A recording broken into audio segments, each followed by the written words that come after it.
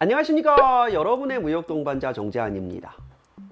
무역을 하다 보면, 혹은 자격증 공부를 하다 보면, 혹은 전공자로서 학교에서 공부를 하다 보면 중개무역, 외국인도 수출 이런 말을 많이 듣습니다. 혹은 3자무역, 4자무역, 3국무역 이런 표현을 많이 듣습니다.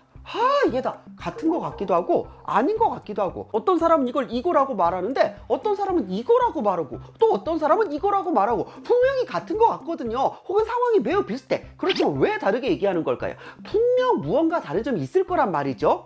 혹은 표현 방법이 있을 거란 말이죠. 그럼 이런 것들을 한 번에 모아서 정리해둔 그런 영상이나 이런 건 없을까요? 그래서 준비했습니다. 오늘은 삼국무역이라는 게 뭡니까? 수출국과 수입국 사이에 국가 하나가 더 개입하는 것을 말하고요. 삼국무역이 이루어지면 삼자무역이 됩니다. 그럼 삼자무역은 중개무역, 외국인도 수출, 그리고 여기에 하나가 더 개입하는 사자무역까지 있습니다. 이런 것들을 한 방에 정리해보는 시간을 가져보도록 하겠습니다. 자, 먼저 삼국무역, 다른 말로 삼자무역에 대해 설명드리도록 하겠습니다. 한국의 무역업자가 이제 중국으로 물품 판매 계약을 체결합니다. 그리고 물품은 베트남에 지시를 하여서 베트남에서 중국으로 직송되게 합니다. 자, 이렇게 최초 수출은 베트남에서 발생하고 최종 수입은 중국에서 발생하는데 한국이 개입을 했죠? 이래서 세 개의 국가가 개입을 한다라고 해서 삼국무역 혹은 삼자가 개입했다라고 하여 삼자무역이라고 말을 합니다. 아니, 그럼 삼국무역, 삼자무역이라는 개념은 알겠는데 무슨 중개무역, 외국인도 수출 이런 것과는 뭐가 다를까요? 자, 하나씩 알아보도록 하겠습니다. 중개무역이라고 하면은 이제 한국의 무역업자가 중국의 수입업자와 수출 계약을 먼저 체결합니다. 그리고 자기가 물건을 아직 안 갖고 있기 때문에 베트남의 수출업자로부터 수입 계약을 체결합니다. 즉 한국의 무역업자가 얘한테 보내기 위해 수출 계약을 체결하고 그것을 얘한테 구매하는 수입 계약을 체결한 후에 물건은 베트남에서 중국으로 직송하는 겁니다. 이게 중개무역입니다. 자, 그래서 중개무역은 수출할 것을 목적으로 수입을 하여 물건을 보내주는 것을 의미하죠. 혹은 물건이 한국을 들렸다 가더라도 한국의 보세 구역을 통해서 바로 나가는 반송 신고로 처리를 해야지, 한국을 들렸다 가더라도 한국에서 수입 신고를 하고 다시 수출 신고를 하는 그런 복잡한 형태는 발생하지 않습니다. 즉 중개무역이라고 하면 수출 계약과 수입 계약이 동시에 발생하면서 우리나라 입장에서는 들렸다 갈 때 반송 신고로 처리를 하거나 해외에서 해외로 직송하는 그런 형태의 개념을 말을 합니다. 자, 그러면 한국에서 중국으로 100의 수출 계약을 체결했다. 그리고 베트남에서 90의 수입 계약을 체결했다. 이때 수출 시적은 얼마? 그리고 한국의 무역업자, 중개무역업자의 이익은 얼마? 10입니다. 100의 수출 계약을 체결했고 90의 수입 계약을 체결했기 때문에, 참고로 수출 계약은 FOB 기준이고 수입 계약은 CIF 기준입니다. 그 수출 금액과 수입 금액의 차액이 가득액이라고 해요. 가득액만큼 실적으로 인정됩니다. 대외무역관리 규정 2조 11호의 이제 중개무역의 법적 개념을 보시면, 중개무역이란 수출할 것을 목적으로 물품 등을 수입하여, 즉 중국으로 수출할 것을 목적으로 수출 계약을 체결한 후에 베트남과 수입 계약을 체결하는 거죠. 보세구역 및 보세구역 장치의 허가를 받은 장소 또는 자유무역 지역, 이게 한마디로 뭡니까? 수입 신고가 수리되기 전에 외국 물품인 상태로 있을 수 있는 그 장소를 말합니다. 그냥 보세구역 생각하시면 편하겠어요? 이 장소 외에 국내에 반입하지 아니하고 수출하는 수출입을 말한다. 그럼 외국인도 수출은 뭔데요? 사람들이 계속 섞어 쓰는 것 같은데, 삼자무역, 즉 삼국무역 쪽 외국인도 수출이라고 하면 개념은 똑같습니다.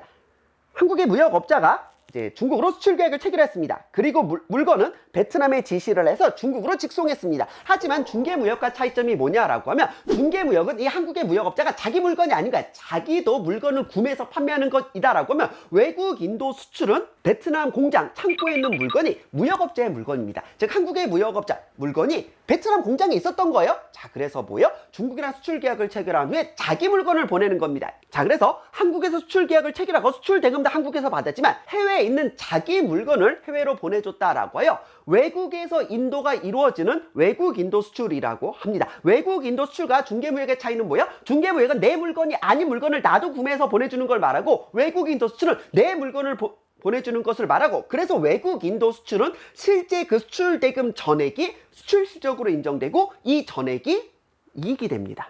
과거에는 특히 수출 실적이라는 개념이 굉장히 중요했기 때문에 수출 실적이 얼마나 있느냐에 따라 과거에는 정말로 정부 지원이 많이 달랐습니다. 그래서 중개 무역을 해놓고 아유 이거는 외국 인도 수출이에요. 이거 수출 금액 다 실적 인정해 주세요. 라고 야부리를 터는 그런 사람들이 많았기 때문에 대외무역법에서 중개무역과 외국인도 수출을 엄격히 구분을 하고 업무적으로 까다롭게 좀 제한을 하기도 했었습니다. 뭐 옛날 얘기죠. 지금은 뭐 중개무역이나 인도 수출이나 그냥 3국 무역 혹은 3자 무역으로 퉁치는 분위기입니다. 그러면 중개무역은 도대체 무엇이냐? 중개무역이라고 하면 약간 공인중개사 그런 느낌 아시죠? 공인중개사가 하는 일이 뭡니까? 집을 사겠다는 사람과 팔겠다는 사람을 연결해주고 중간에서 수수료를 받는 게 공인중개사입니다. 자, 그래서 공인중개사가 내가 집을 사서 되파는 개념이 아니죠. 수수료를 받는 개념이자 그거입니다. 자, 그래서 베트남에서는 물건을 팔고 싶어 하고 중국에서는 물건을 사고 싶어 합니다. 그럼 뭐야? 야, 베트남 니들이 중국에 제한테 물건 팔면 되겠네 라고 해서 둘을 소개해주고 수수료를 받는다. 이게 중개무역이 됩니다. 그래서 중개무역이라는 개념은 훨씬 더 단순합니다. 아니 권사님 방금 공인중개사 얘기를 했는데 공인중개사도 자기가 이익을 극대화하기 위해서는 집을 팔겠다는 사람과 사겠다는 사람을 단순히 연결해 주는 게 아니라 팔겠다는 사람한테 싸게 구입을 해서 사겠다는 사람한테 비싸게 팔면 되지 않나요? 우리는 그걸 뭐라고 하죠? 우리는 그것을 떴다방이라고 합니다. 중개의 개념하고는 좀 달라요. 특히 이 중개무역의 경우에는 베트남의 최초 수출자와 중국의 최종 수입자가 서로 만나는 것, 즉 정보가 노출되는 것을 어떻게 해서든 막아야 됩니다. 예를 들어 베트남의 최초 수출자 입장에서는 나 90에 수출했는데 쟤는 얼마에 수입했지? 중국의 최종 수입자 입장에서는 나는 100에 수입했는데 쟤는 얼마에 수출했지? 그럼 둘이 만나서 뭐야? 너 100에 구매한 거야? 나는 90에 팔았는데?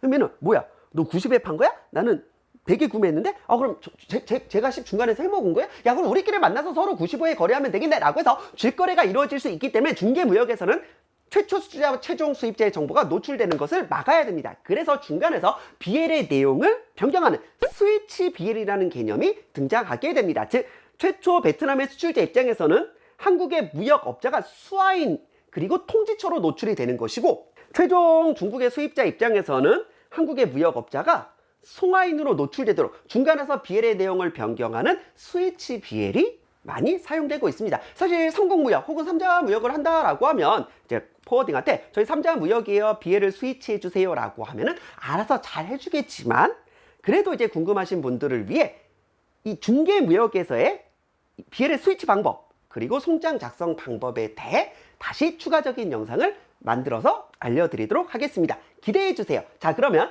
4자 무역으로 넘어가 보도록 하겠습니다. 3국 무역은 3국 무역인데 나라는 3개가 개입했는데 당사자가 4개가 등장하는 4자 무역이라는 개념이 있습니다. 자, 그럼 4자 무역이라는 개념을 좀 볼게요. 한국의 업자가 중국으로 판매 계약을 체결합니다. 그리고 물건은 베트남에서 중국으로 직송하는 개념은 앞에서 봤던 3자 무역과 동일합니다. 하지만 차이점이 뭐냐면 이 한국의 이 업자가 한국의 공급업자한테 지시를 하는 겁니다. 야, 내가 중국으로 물건 하나 보내기로 했는데 너 그 물건 가지고 있지? 네가 보내라고 한국의 업자한테 구매 계약을 체결하는 겁니다. 그럼 한국의 그 공급업자 있죠? 한국의 공급업자는 그 물건을 베트남에서 구매한 후에 베트남 이제 수출자한테 뭐라는 거예요? 야, 우리가 구매한 물건 그거 우리한테 보내주지 말고 저기 중국으로 보내라고 하는 겁니다. 이게 4자 무역입니다. 자, 그래서 궁극적으로 베트남에서 중국으로 물건이 직접 이동한다는 개념은 앞에서 봤던 것과 동일하지만 한국에서 업자가 2개나 등장하는 겁니다. 자, 여기서 구분을 하기 위해 최초에 중국과 수출 계약을 체결한 그 한국의 업자를 B라고 하고, B한테 주문을 받아서 베트남에 지시를 하여서 중국으로 물건을 선적하는 그 한국의 업자를 A라고 하겠습니다. 그러면 도대체 누가 수출을 하고 누가 수입을 한 건가요? 한국의 무역업자 B가 중국과 수출 계약을 체결했죠. 그리고 한국의 업자한테 물건을 구매를 했습니다. 돈을 주고 물건을 구매한 거예요. 그럼 소유권이 이전됐죠. 하지만 소유권이 이전된 물건이 어디 있을 뿐입니까? 베트남에 있는 거죠. 그리고 그것을 중국으로 보냈기 때문에 한국 무역업자 B의 입장에서는 외국 인도 수출이 됩니다. 그러면 한국 무역업자 A의 입장에서는요, 물건은 중국으로 보내야 됩니다. 하지만 베트남의 수출자한테 제시를 해서, 즉 베트남의 수출자한테 한국의 무역업자 B가 구매를 해서 물건을 중국으로 보내라고 하죠. 한국 무역업자 A의 입장에서는요, 내가 구매 계약, 즉 수입 계약을 체결하고 수입 대금을 지급했지만 물건은 중국에서 받겠다가 돼서 한국 무역업자 A의 입장에서는 외국 인수 수입이 됩니다. 아니 뭐가 수입이고 뭐가 수출인가요? 라고 했을 때 굉장히 단순하게 생각하시면 됩니다. 누가 수출 계약을 체결하고 누가 수출 대금을 받았는지 잘 보시라는 거예요. 그래서 복잡하게 생각하지 마시고 누가 어느 쪽이 수출 계약을 체결했고, 즉 한국 업자 A와 B 중 누가 수출 계약을 체결했고 누가 수입 계약을 체결했는지 알면은 문제는 굉장히 단순해집니다. 자, 그러면 한국의 무역업자 A, B의 거래는 뭐냐면 물품을 주문하고 공급하는 계약이 된 거죠. 이것은 부가가치세가 면제되는, 즉 부가가치세가 비과세되는 거래로 취급합니다. 왜요? 둘 사이에, 한국의 무역업자 A, B 사이의 거래가 이루어지기는 했지만 물품 자체는 국외에서 이동했기 때문에 한국에서는 부가가치가 발생하지 않는 거래라고 해서 아무리 당사자가 과세사업자라고 할지라도 세금 계산서여서는 안 됩니다. 그리고 영세율 계산서여도 안 됩니다. 그냥 계산서와 영세율 계산서를 많이 혼동이 하시는데, 영세율 계산서는 원래는 부가가치세 10%가 부과돼야 하지만 이것은 수출되는 혹은 해외로 공급되는 그런 거기 때문에 부가가치세를 0으로 바꿔주겠다는 것이고, 그래서 영세율 계산서는 기본적으로 세금 계산서의 한 형태입니다. 하지만 사자 거래에서는 애초에 물품은 외국에서만 이동하고 한국에서는 대금의 이동만 있었다라고 해서 애초에 부가가치세가 처음부터 발생하지 않는 면세되는 거래라고 이해하시는 게 편합니다. 그래서 한국의 무역업자 A는 B에게 반드시 그냥 계산서를 발행해야 할 것입니다. 여기까지가 이제 무역 업무를 할 때 굉장히 이슈가 되는 3자 무역과 4자 무역의 개념이었습니다. 저는 보통 3자 무역, 4자 무역이라고 하는데, 실무에서 보니까 이 3자 무역은 3국이 개입한다라고 해서 3국 무역이라고 표현하는 경우가 많고, 3국 무역 중에서 당사자가 한 명 더 개입하는 4자 무역은 이제 그것과 구분하기 위해 사자 무역이라고 표현하는 경우가 많고, 그리고 3국 무역 안에 외국인도 수출, 외국인수 수입, 그리고 중개 무역이 다 들어가 있는 것입니다. 이렇게 큰 개념으로 이해를 해주시고, 다음에 이런 3자 무역과 4자 무역에서 서류를 어떻게 작성하고 어떤 식으로 관리를 해야 되는지까지 자세하게 알아보도록 하겠습니다. 오늘은 여기서 마무리할게요. 안녕!